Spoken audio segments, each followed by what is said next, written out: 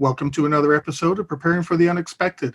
I'm your host, Alex Fullick, and as always, we like to talk about things related to resilience, business continuity, COVID, well-being, emergency management, anything that's relatable to those topics.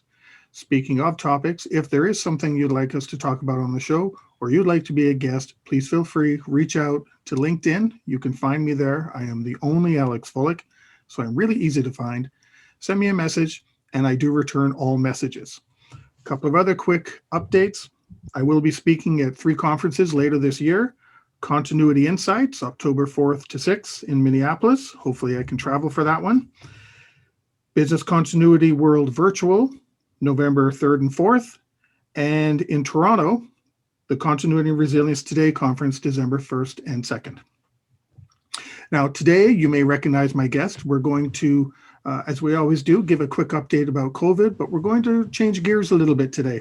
We're going to talk about what the pandemic means for our industry, the business continuity industry, and we're also going to talk about a paper Regina wrote regarding the true value of business continuity, or return on investment, or as she calls it, value on investment. Did I get the title right? You did, very good. Oh, good. I actually didn't look at the title. It's on the wrong side here. Busted. Exactly. So I want to welcome to the show, as you can tell, my regular chat with Regina Phelps. Regina, welcome back. You know, Alex, it is such a great delight. I can't believe it's already been another month, but here we are, right? And we're still having a little conversation on COVID, but not the entire time this time. But that's right. We do have some good news today. Yes, we do have good news. Let's tackle that stuff right away and get to COVID. Great. What's happening in the world? Well, you know, Alex, it is a mixed bag, as you well know, because you and I both live in North America. Here in the United States, our numbers have dropped precipitously, which is great. However, there is an interesting change here in the US just slightly, and that is that we have dropped really substantially over the last 2 months. However, we've actually hit a plateau. It's a low plateau for us, which is about 14,000 cases a day, but it is stopped. And so the question will be, well, why is that? And of course, us, like many parts of the world, are being inundated by the Delta variant, which of course is the B1617.2, which came originally from India. And that is now about 10% of our cases. Now, we don't do as much genetic sequencing as we really should or could, I suppose. So it's perhaps a lot more than 10%. But that particular strain of the coronavirus is about twice as more infective as the UK variant, which is now known as Alpha, B117. And it is also more deadly. Mm-hmm. So what we're expecting to see here in the States is that there are pockets of the US where vaccine acceptance is not as high and where vaccine rates are not as good. Now, I live in San Francisco. We just passed 70% of everyone over the age of 12 in San Francisco is vaccinated. Wow. And 80% has been vaccinated with at least one dose, and 70% is fully vaccinated. So we have amazing numbers, which is really great. People still walk around here with masks on, which is, I guess we're just a cautious type. But there are places in the United States where the vaccine uptake is below 40%, below 30% in some places. And if you look at the United States map, you can see kind of up in the western northern part of the United States. So Idaho, Montana, Wyoming, kind of a cluster of those, a couple of those on your border are not as welcoming of the vaccine. That's problematic. And then we also see that in the southern parts of the United States. So kind of the, Mississippi, Arkansas, Louisiana, that sort of section up into other parts of the, like Tennessee, et cetera. So those parts are very likely to have some spikes because they don't have enough vaccine uptake. So that we'll be looking at hospitalizations and case counts in those particular states. So in the United States, we're really doing well. Tell me about Canada before we talk about the rest of the world. What are you guys doing up there? Well, we're kind of in the same boat that you just went through. We are on an upswing. We do have a couple of small pockets with some issues, shall we say. Mm-hmm. And just like America or anywhere in the world, we've got our people who don't want to be vaccinated or say the whole thing's a hoax. So we have a few pockets of that, but in comparison to other areas, it's a lot less. Right. So our numbers are, well, because they relate to illnesses and deaths, none of them are good, no matter what they are. Mm-hmm. So deaths, we've hit, oddly enough, we've hit 26,000 on the nose, according to the website. Cases, we've had 1,405,000 plus. And now for some good news, over the last week or two, hospitalizations are down 17%, which is good. New cases are down 28%. Mm-hmm. Active cases are down 31%, and deaths are down 32%. That's fabulous. That's really good. Yeah, considering we had a really bad time there for a while, we're trending positively, which is nice. We do have two areas, Nunavut and I believe it's Yukon. I believe it's those two territories. Yeah, Nunavut and Yukon are having a bit of an uptick right now. And from what I read, the problem is with people that are not vaccinated have suddenly decided to have all these large gatherings. Mm-hmm. So not sure, because both of those territories are looking good when it comes to vaccination rates. Mm-hmm. But those that don't have it are the ones causing the uptick at the moment and causing some challenges for up there. What about, was it Manitoba that had a big outbreak? It was someplace, I thought, in the middle of a big outbreak and was running out of oxygen, which was like, oh my gosh, it sounds long. They had a big uptick as well. And according to the website now, they seem to be getting over that hump and now coming down the other side. Mm-hmm. So that's good for them. I'm glad they're not still going up. Vaccines, I think the last time we talked about the vaccine rate, we were at 49%. We were going to eclipse the US. Mm-hmm. That day, that was the estimate. We're now up to almost 66% of having their first vaccines. Mm-hmm. And with fully vaccinated people, the last time I talked to you, we were about 4%. We're now at almost 15%. Wow, that's really good in a month. Really so now that the first, so many people have gone for the first shots, they're now really pushing for the mm-hmm. second shot. Mm-hmm. There was a wait of up to, what was the 12 weeks, I think it was, they said here, for your second shot. Well, they're now reducing that to 8 weeks. Mm-hmm. So now, because the first shots have been going up and those numbers are heading up, they're now pushing to get the second shots into mm-hmm. everybody. You still have restrictions? You still have restrictions in areas? Because much of the United States is just wide open, which is probably going to also potentially increase our case count now that everybody's thrown the door open and say, yeah, come on out. Right. As far as I know, there are no more restrictions. Mm-hmm. Here in Ontario, where I live, the last restrictions ended on the June 2nd. And now there's limited things that are available. Only patios are open. It's less than 50% capacity. You can't have groups more than 4 or something. Mm-hmm. So there's those restrictions. That's going to last for about 3-4 weeks. If it goes well, numbers are not going up, then they will start opening up other sections and a different, maybe indoor dining at reduced capacity, that kind of thing. Mm-hmm. Mm-hmm. So far, fingers crossed. Okay. I'm cautiously optimistic, but I still have the concern that a lot of people will think, oh, because numbers are going down, things are opening, now I can do what I want. Right. And they just go back and do what they did before. And before you know it, we have an uptick again. Right. So I'm just afraid of that happening here. I don't know exactly what's happening in different parts of the country, but it's relatively the same sort of thing, a very staggered approach to opening. Mm-hmm, mm-hmm. That's certainly what we've seen in the U.S. And certainly, I think people are very concerned, just as you are, that as the numbers continue to drop, that people are going to become reckless. And for example, here in California, we just have opened up the state. Opened it up.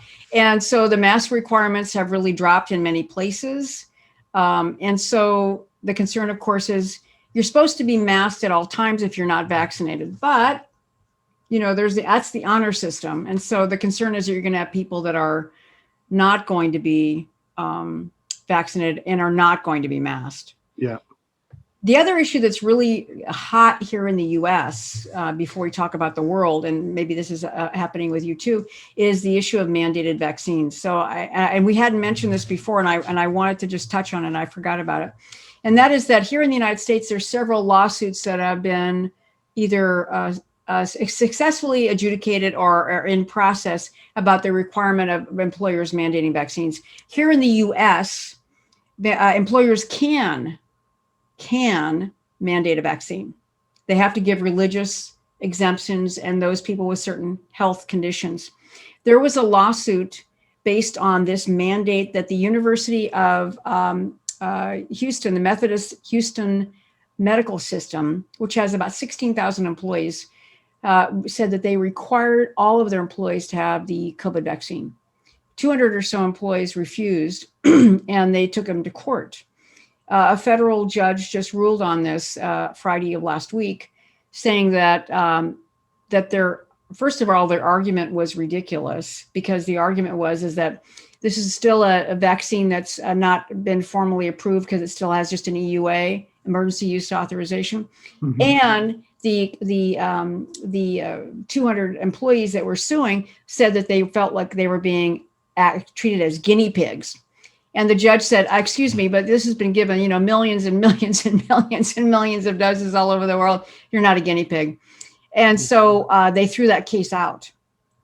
There are several more that are pending, but many people are feeling that that's going to happen without any difficulty, that they will likely be tossed out as well. The reason I just want to sort of tag this on for North America in particular, which is where I think that you're going to see this initially, is that there'll be some interesting things going on in the workplace, mm-hmm. where employers say you have to be vaccinated.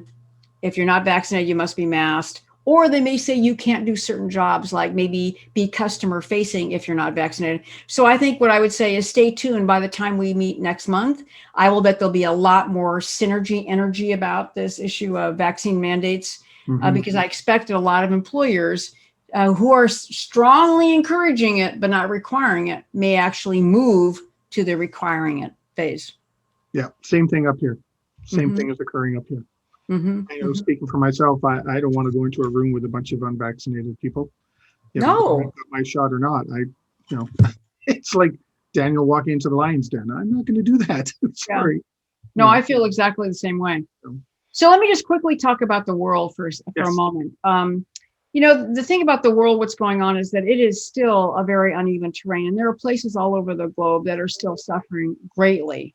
India finally is on a downtick from having an incredible high in April. But still, there are many places that are just on fire. Southeast Asia in particular, which had no COVID for really any amount of numbers to speak of for some length of time. So Vietnam, Thailand, Cambodia, Laos, Myanmar, now it's just on fire. Why? Because of the Delta variant, the one from India. Same thing is happening in South America.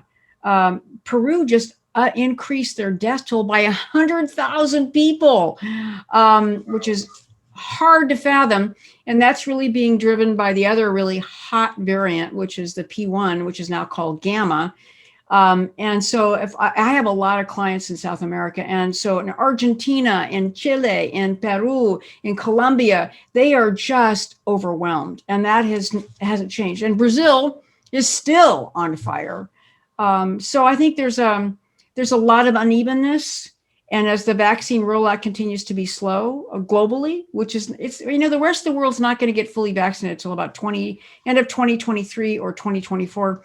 That our chances of spinning off new variants and having this continue to be a problem is an issue, which also means, frankly, Alex, that our vaccines, if we're just being selfish instead of humanitarian, our vaccines could be at risk, because the more variants that appear, some of them will become more creative and will be able to work around the existing vaccines. And that's, of course, the ultimate fear. No one knows if that's going to happen, but it could. Hopefully not. That 100,000 in Peru is sadly like wiping off the face of the earth, the city where my mom lives. Oh my gosh, really? 100,000 people live there. So putting that in perspective, it's like taking that whole city and killing everybody in it. Wow. You know, that's humbling, isn't it? It is. On that note, we've come to the end of our first segment. We are talking with Regina Phelps today. And when we come back, we'll be talking about what the pandemic means for our business continuity industry. We'll be right back.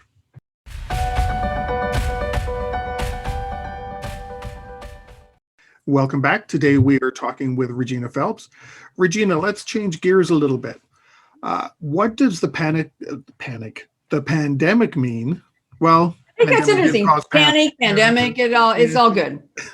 What does the pandemic mean for the future of our business continuity industry? What are your thoughts on that? That's a great question. And I've actually been thinking about this for quite some time. And it's one of the current speeches I have in my kind of Rolodex of talks that I've been doing. I think the concern I personally have about the pandemic is that executives in particular are looking at the pandemic as this once in a lifetime black swan event, which of course, as we all know, is not true. But it's so unique, so different. It was so cataclysmic that the need for traditional business continuity planning, as we all know it, isn't really required. So I've actually had some of my clients, large corporations, start to shrink their business continuity programs to put less funding into the programs overall, and to feel that those programs were helpful, perhaps with the pandemic, but because of everything we learned and the fact that we could work remotely for 18 months or whatever it is, that the need for a really fully robust business continuity program wasn't there. And there's several reasons for that. So first of all, when the pandemic occurred, it's kind of what I call a slow boil, right? Now, most people may not have been thinking it was a slow boil, but it started in January with China and other countries obviously locking down. But and you and I were talking about it in December. Yes, I know. So then, you look at the fact that, and now maybe not everybody got it excited about it like you and I did, but right. But certainly by March, everybody was activated on some level. Now, the thing about the pandemic is it's not like most crises that we deal with. An active shooter, a fire, an explosion, a tornado, a hurricane, an earthquake, sudden, dramatic, sudden loss of facilities, maybe people not being available, loss of technology, as we all know, blah, blah, blah, blah, blah, which is what we traditionally plan for. So people in my client population, they sort of slowly fell into this activation. And then when I asked most people, did you activate your business continuity plans? What do you think the answer was? I know from experience, a lot of them said no. Right. Because was there a need to activate their business continuity plan? No. There was not a business interruption. Right? So what had happened is that, people scrambled and they worked themselves to death for, however many days or hours or whatever to get everybody to be able to work remotely. And so a lot of lifting was done across the entire organization to make that happen. But it wasn't the activation of business continuity plans. Now, they may have put more emphasis initially on the departments and groups that had short RTOs and RPOs, but they weren't activating those plans. So I think many executives begin to look at that and say, wow, okay, good. So a lot of people worked on this and we did a great job. But what about all those plans that we spent years developing and funding, et cetera? And so I've had people say, maybe we don't need to do as much, because in most parts of the world, the only industries that require this type of continuity planning, at least here in the States, are really just two. One is financial services, and the second is healthcare, which is only a new requirement from the Joint Commission. So everybody else is doing it because it's the right thing to do, the smart thing to do, but it's not required. Mhm. So I've already started to hear churn about that. So what do you think about that? I agree with you. I've been hearing the same thing. And it was interesting that some of that purging also was occurring at the beginning Mm-hmm. when before people were fully working at home and we had settled into that mode of operating that on LinkedIn, I don't know if you saw them, but there were quite a few people saying, I've been let go today. Today was my last day. There was a bunch, you're right. There was a bunch at the beginning. And part of it was because of what you just said. Business continuity.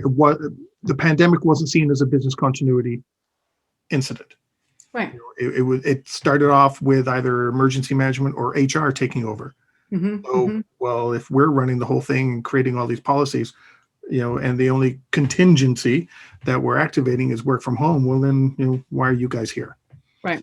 However, and we've talked about this before, I think executives and a lot of other leadership have forgotten that you can be in a pandemic and still have a facility fire. You can still have, there's cyber attacks going on. We're hearing about them all the time, ransomware, information security issues, fires, floods. We see all this stuff on the news every day. Mm-hmm. And HR is not going to be able to manage that stuff. Absolutely. They're not there. And risk management people, for the most part, even though it's changing, don't look at those kind of situations. They're a lot of the risk management people I know, a majority of what they focus on is the bottom line and the financial side of things, and any risk that can impact that. They're not looking at, we walk down the hallway and find this cord going across the hallway that's plugged in without knowing that what's plugged in on this extension cord is plugged into a server that deals with customer, facing Mm-hmm. applications, those kind of things. They're not looking at that kind of stuff. Mm-hmm. So I'm hearing the same kind of things. Mm-hmm. Mm-hmm. Yeah, I think it's an important moment for us as an industry to reflect what this really means to us, because I am concerned that we aren't really doing as much as we could to advocate for our position. And so I want to talk a lot about that, but I want to really tie this back together again with the pandemic and the opportunity that we have as an entity to stop and really think about what have we learned. So I've really begged, not everybody's done this, but I've begged all of my clients to, at periodic levels during the pandemic, like every 3 or 4 months, really do an interim after action report to talk about what has worked and what needs improvement. Because, there's a zillion things that have happened in the last, how many months has been now, 15 or 16 months. And if you haven't been keeping notes of this, you're not going to remember anything. And one of the things that's really important about this, and if your listeners haven't done an after action report, man, they need to start, because you need to have a foundation of information and data that you can go back to talk about the role of what was happening with business continuity, the things that worked, the things that didn't work, because many things came up. It was a problem. They got fixed. Nobody really captured it as like, oh, that didn't work. So the idea is that we need to have some mechanism. And the other really key aspect of that is, as you just mentioned, we have to think about what if in the middle of the pandemic, something else would have happened. And that happened in many parts of the world, whether it was typhoons or hurricanes or wildfires or earthquakes or any other kind of incident, things still happened. You still needed a continuity plan. And in fact, hopefully, people have actually thought about looking at their continuity plan from the perspective of having a lot of people work from home, because I think what's going to happen now is that people are going to make the assumption, bad word, right? Assumptions are really bad, that business interruption occurred at my office. Not a problem. I can send everybody home. Well, depending on what that business interruption was it a widespread power outage like the great ice storms in Canada? Or was it an earthquake or some sort of regional power outage? Okay, what happens when you try and have all your people work from home with no power, no internet, no cell phone coverage? So I think our profession needs to really crack this open. If indeed employers are saying, hey, we really don't need much of a business continuity plan because everybody can work from home, somebody better be working in that company to explain why that's not the solution. No, it opens you up to even more Yes. problems, Yes. not less. Yes. Yes. Just talk to cybersecurity professionals. They'll talk about all the concerns of people working from home from a cyber perspective. Think about, and a good example of this is when we had Hurricane Sandy in 2010 in the United States, which went all the way up to Canada eventually. Many of my clients in the New York, New Jersey area said, not a problem before that occurred because our strategy is to have people work from home. Okay, there was no power in at least 1,000 miles of the United States for a period of time. There was no working from home, and they had never taken a look at their continuity plans about can't work at the office, can't work from home. What does that mean? And so if people have many locations, they could, of course, amend their plans to say, oh, if we're down in New York, Los Angeles is going to pick it up. But are there plans for that? Have they practiced? Do they have exercises? Do they know that they're going to do that when, New York just falls into the water? Yeah. No. Do they have capacity to even do that? Right. You can't just double somebody's workload and expect, everything will be fine. No. Right. Right. So what I would say just broadly about this issue is I think we need to seriously look at this because I think once the pandemic it's not going to be over for a long time, but once people get back to business as usual, whatever that means, based on the hybrid models, et cetera, that I think what you're going to see is that there's going to be even more loss in our industry because of this. Many companies are going to look at tightening their expenses, and we are just a big expense item on a spreadsheet. So I think this goes back to looking at writing a solid, really good after action report that really looks at the things that worked and things that needs improvement, and looking at your risk profile and asking the question, if any of these things happened on the risk profile in my hazard vulnerability analysis, and the strategy now is to just work from home, would that work?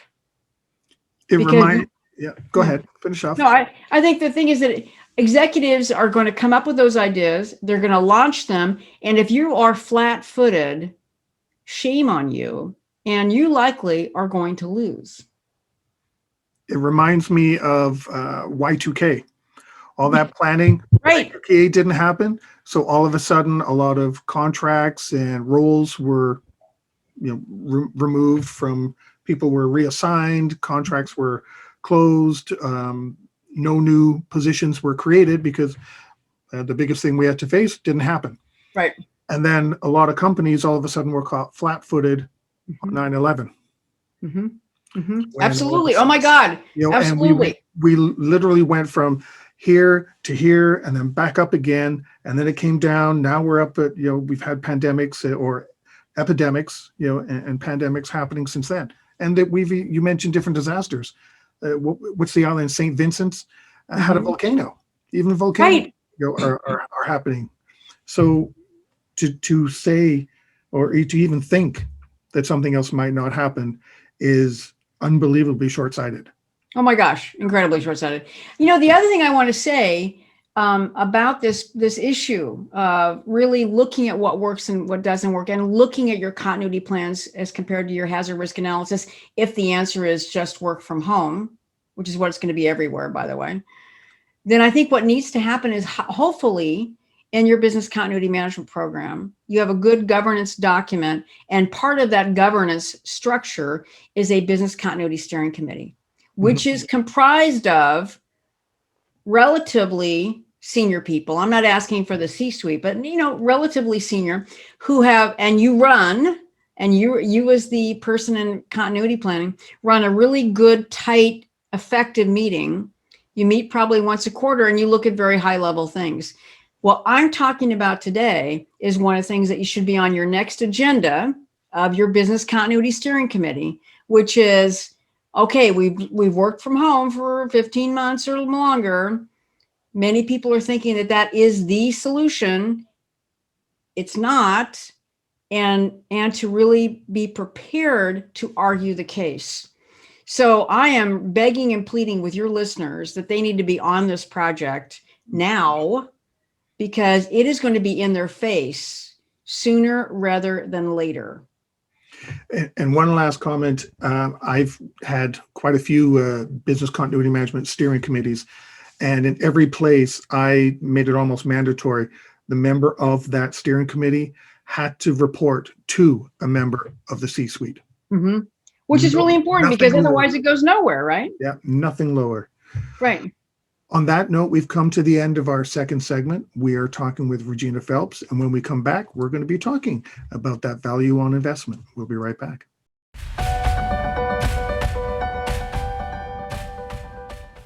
Welcome back. We're talking with Regina Phelps.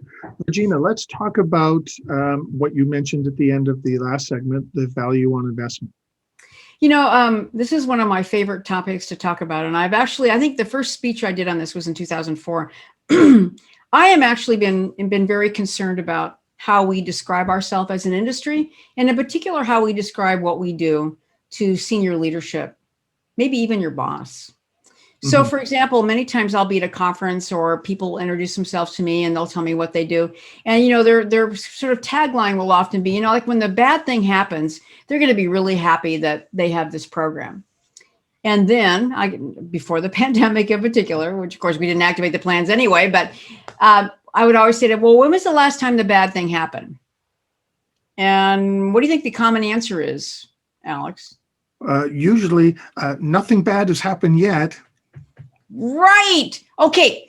Yes. If that's how you describe what you do, which is you're going to be so happy you have me when the bad thing happens, and it hasn't happened yet, which is really common. I mean, most of my clients don't have any activations year to year. There might be little bumps, but they're little bumps, right?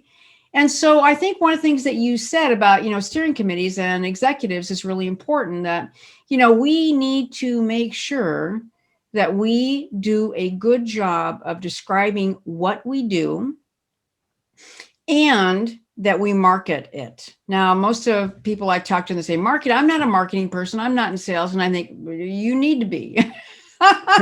You need to be selling what you do every single day. Because if the answer is you'll be really glad you have me and this program when the bad thing happens, and the answer is it hasn't ever happened, or it was like 16 years ago, then many executives will say, hey, just like after the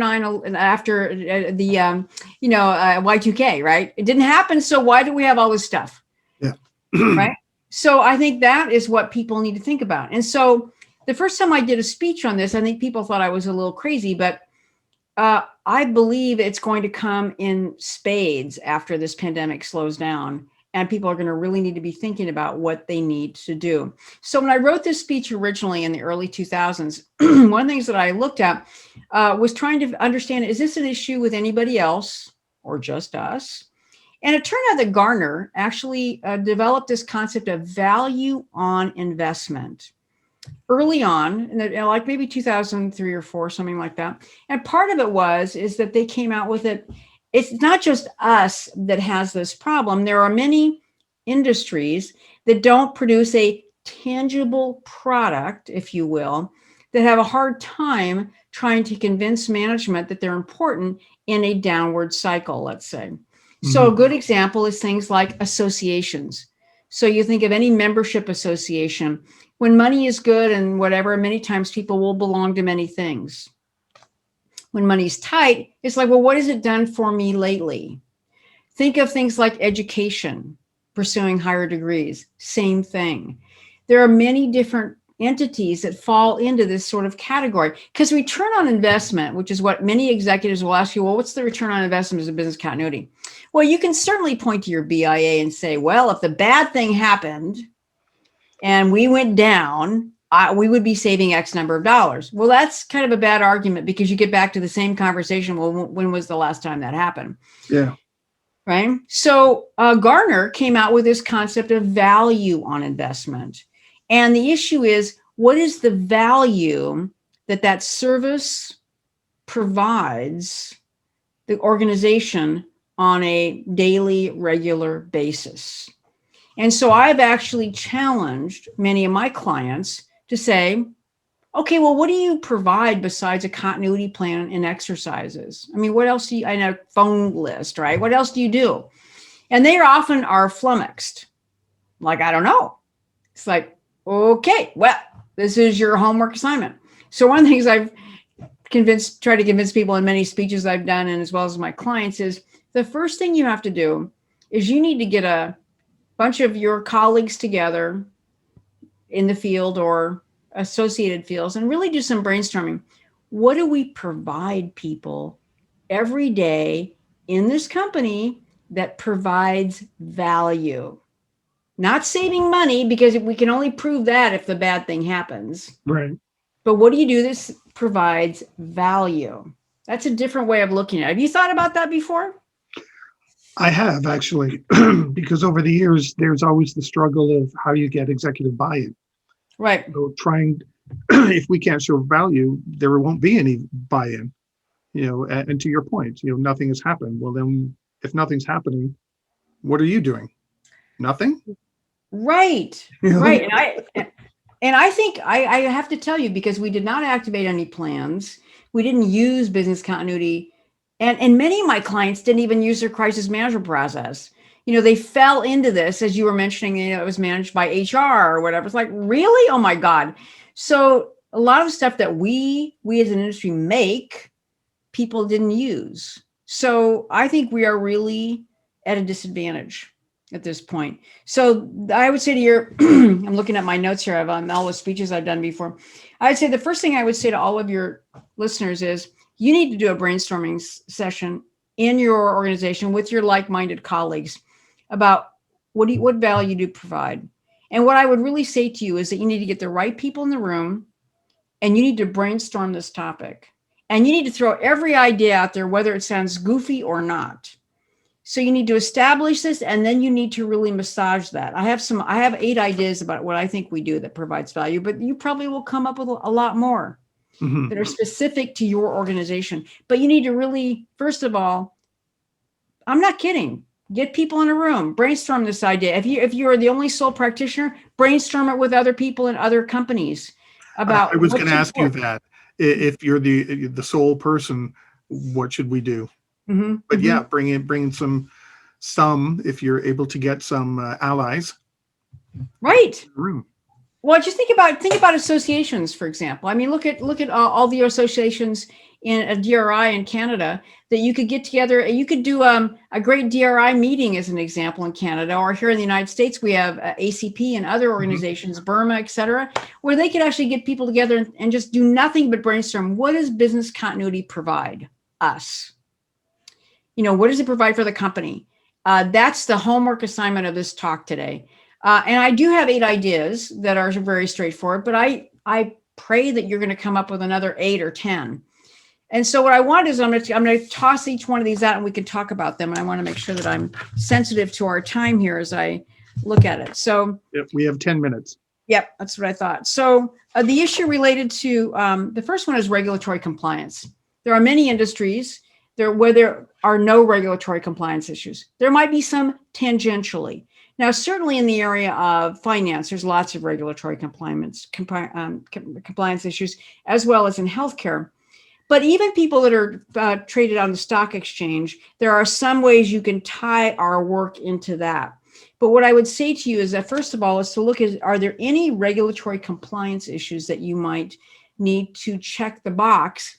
Oh, I have a business continuity plan. Oh, I have a BIA, et cetera, et cetera. Do any of your clients have regulatory compliance related? I've worked for a lot of banks, and yeah, they all do. But I want to add, even if they're not a client, I haven't been with them, or you haven't been with them, a lot of them better open up their eyes and ears to what's happening with the Bank of England. with their financial control analysis, I think, the FCA report, Yep. where there's new controls being put in place. And if you're doing business in the UK, you've got some potential changes coming along. So you have more regulations to follow. And that can also be not just people that are based in the UK, but tangentially providing services to those that are. Yeah. Absolutely. It's kind of like the long tail of GDPR, right? I mean, it's the same kind of thing. Yeah. So I think the regulatory or contractual, the other thing could be contractual compliance as well. So you might have SLAs, for example, that say you have to have a certain amount of uptime, or that you can only have so much downtime, especially if you're providing a key product for somebody, your software as a service or a third-party vendor. What is in those SLAs that you need to make sure that you actually are complying with? So it's the regulations from the government or any governments that you might touch, or where your customers might be located, but also what are the contractual obligations you have through your sales system. So I think that's a huge one. You can create metrics to measure all of that too. Right. Oh, absolutely. Business continuity can turn around and say, look, here's how we're meeting it. All our contractual obligations are being met through these metrics.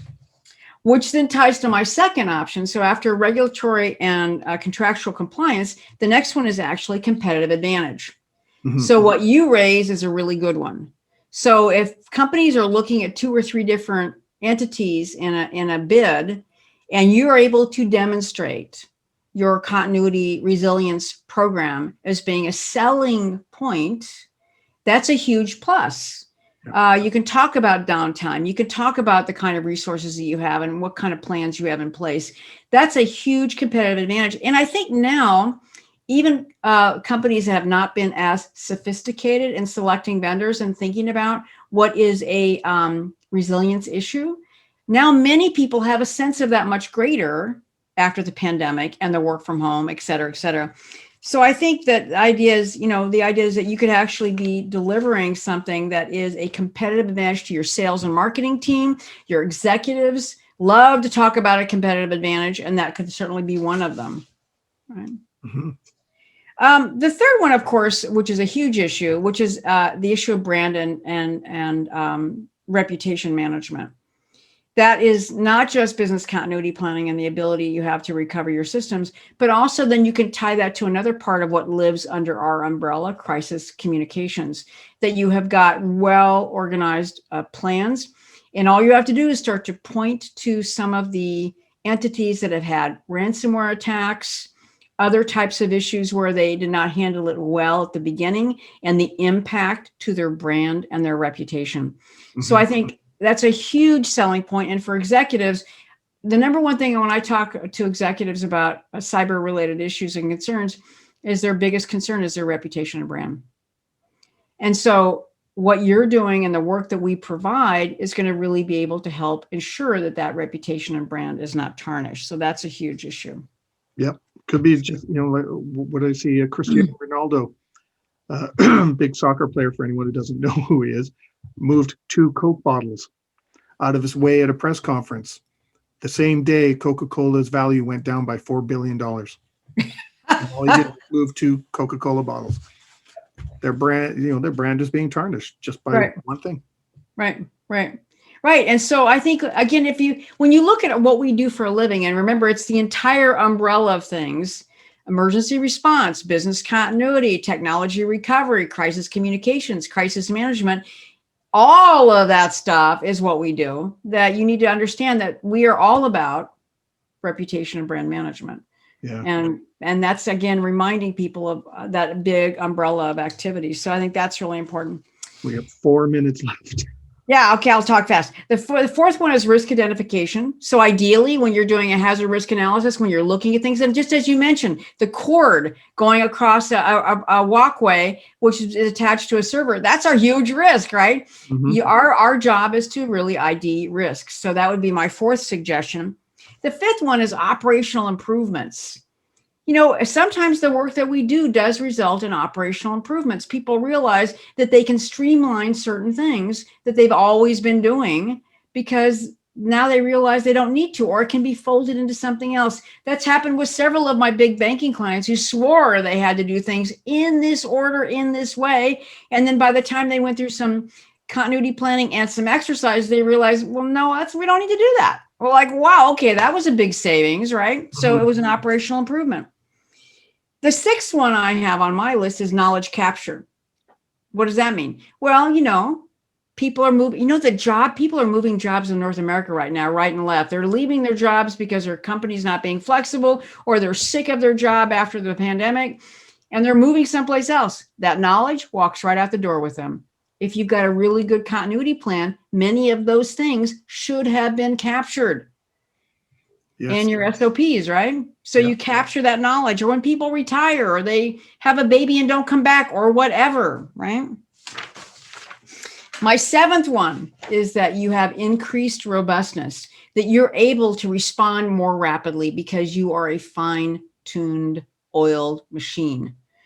And that's really important. And the last one is actually deeper knowledge. And I've actually had many clients of mine who have had their eyes so wide open by doing a really well-crafted cyber exercise. Ransomware is a good example, where they think they understand what's going to happen, but then they really don't until either the bad thing does happen or you have a well-crafted exercise. And so increasing that knowledge, making it a deeper experience, is one of the things that we should be doing every single day.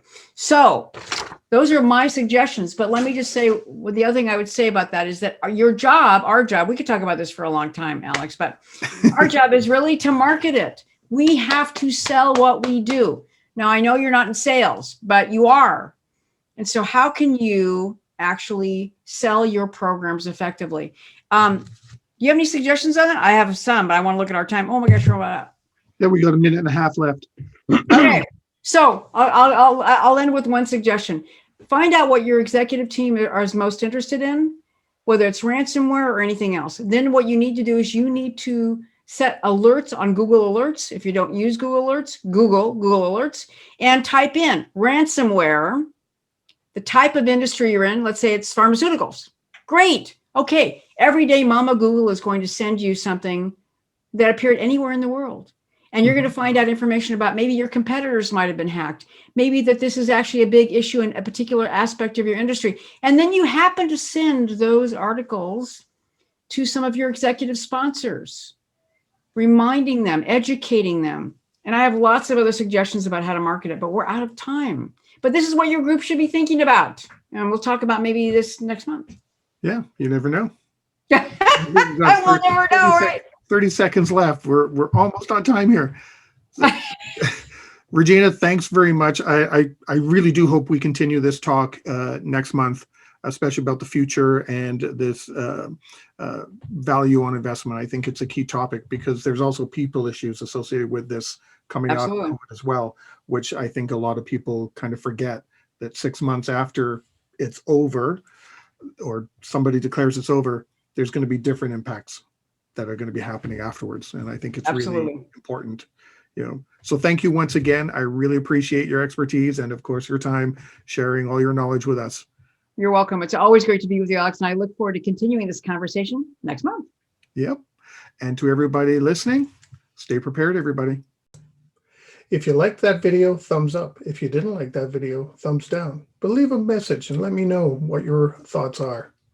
If you'd like to be a guest on the show to talk about something related to business continuity, disaster management, COVID, personal well-being, anything that's relatable to those subjects, you can reach me through my LinkedIn profile, which is in the video description. And of course, don't forget to subscribe. In the meantime, stay prepared, everybody.